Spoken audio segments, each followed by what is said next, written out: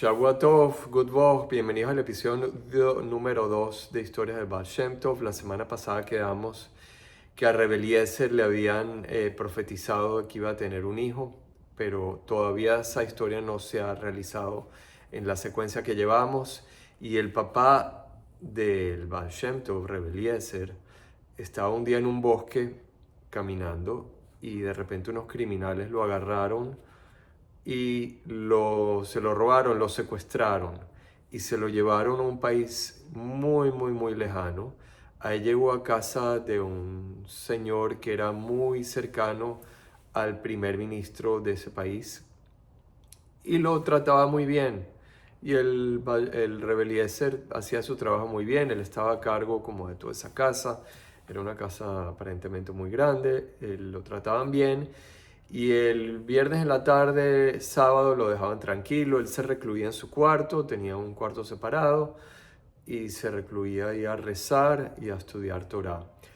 En ese lugar no habían judíos, ni tenía mucha simpatía por los judíos, así que él tenía su identidad judía escondida durante ese tiempo. Sucedió que un día el amigo del primer ministro le regaló a Reb Eliezer, que era un sirviente, se lo regaló al primer ministro. Ahí tenía un trabajo un poco más relajado, también lo trataban bien y su trabajo era recibir a su jefe cuando llegaba en las noches después del trabajo y lavarle, echarle agua en los pies y lavarle los pies como era la costumbre en ese país.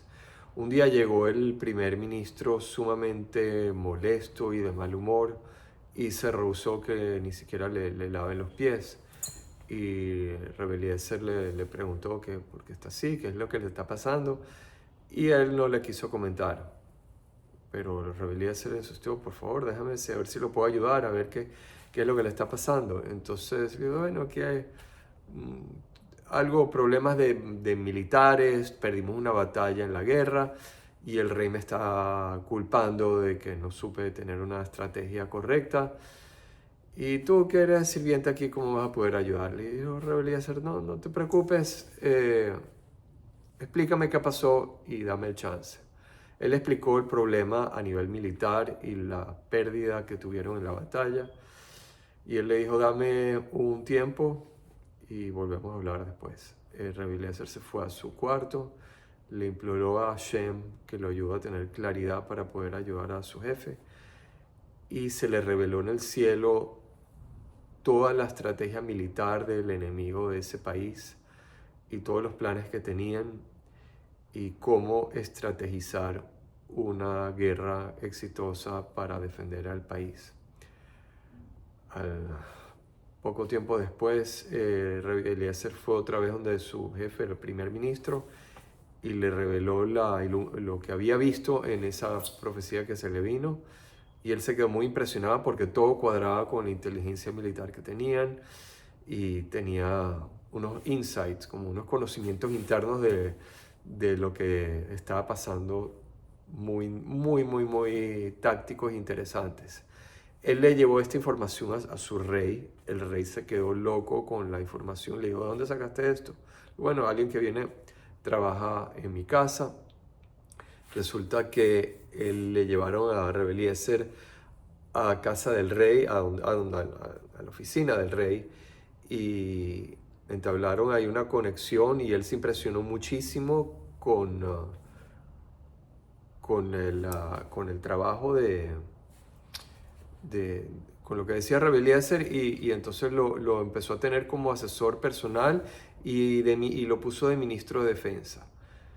Pasó un tiempo y después se murió el ex jefe que él tenía, el primer ministro, y el rey lo puso en el puesto del primer ministro. A Reb Eliezer le tenía una alta estima, lo había ayudado muchísimo y después le quiso dar a su hija en matrimonio.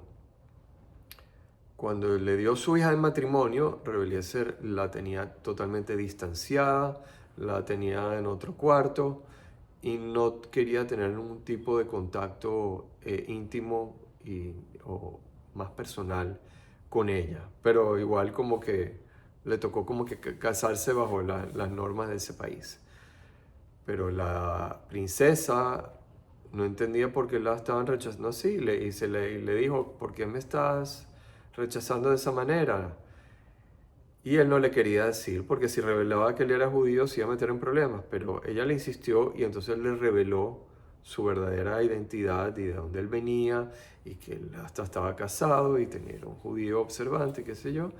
Y ella lo entendió perfectamente y le dijo, tú sabes que tú te mereces volver de vuelta a tu casa, yo te entiendo, y lo llenó de regalos y, y- y dinero y lo mandó de vuelta a su casa. Él agarró un barco en la travesía larga de vuelta a su país, a su aldea, y en el camino en el barco lo atracaron unos piratas y le robaron todo lo que había acumulado, los regalos, el dinero, más todo el dinero que había ahorrado durante años trabajando por allá. Pero eso no le bajó los ánimos, porque cuando llegó de vuelta a su aldea y se reencontró con su esposa, se le volvió a reafirmar el mensaje del cielo de que él iba a ser meritorio de tener su hijo. Y efectivamente, menos de un año después que llegó de vuelta con su esposa, concibió la esposa y tuvieron su primer hijo, que nació en Hayelul, y lo llamaron Revi Israel. Israel, ese nombre no es casualidad, porque está escrito que si alguien está desmayado, ¿cómo lo llamas? ¿Cómo lo despiertas a alguien que se desmayó? Lo llamas por su nombre. Entonces el pueblo judío venía adormecido y deprimido de años de pogroms, de persecuciones, del falso Mesías Shabbatai Tzvi, y estaban en también una diferencia entre los Talmidei Hajamim, los sabios, y los judíos simples, que eran los campesinos. Había una distancia muy grande. Y vino Revi Israel con ese nombre a revivir y a traerle una fuerza y una alegría y una nueva manera de servir a Hashem, que vamos a estar hablando en las nuevas historias que vamos a hablar para la humanidad. El nacimiento del Baal Shem Tov nació en el año 1698 y fue una época para la humanidad, no solamente para el mundo judío que nació el hasidismo, sino hubieron una cantidad de revelaciones y a nivel de tecnología, a nivel mundial, para ese momento, en donde mucha sabiduría empezó a fluir para toda la humanidad. Bueno, Shavua Tov, Lehaim Lahaim, y los veo la próxima semana. Shavua Tov, bye.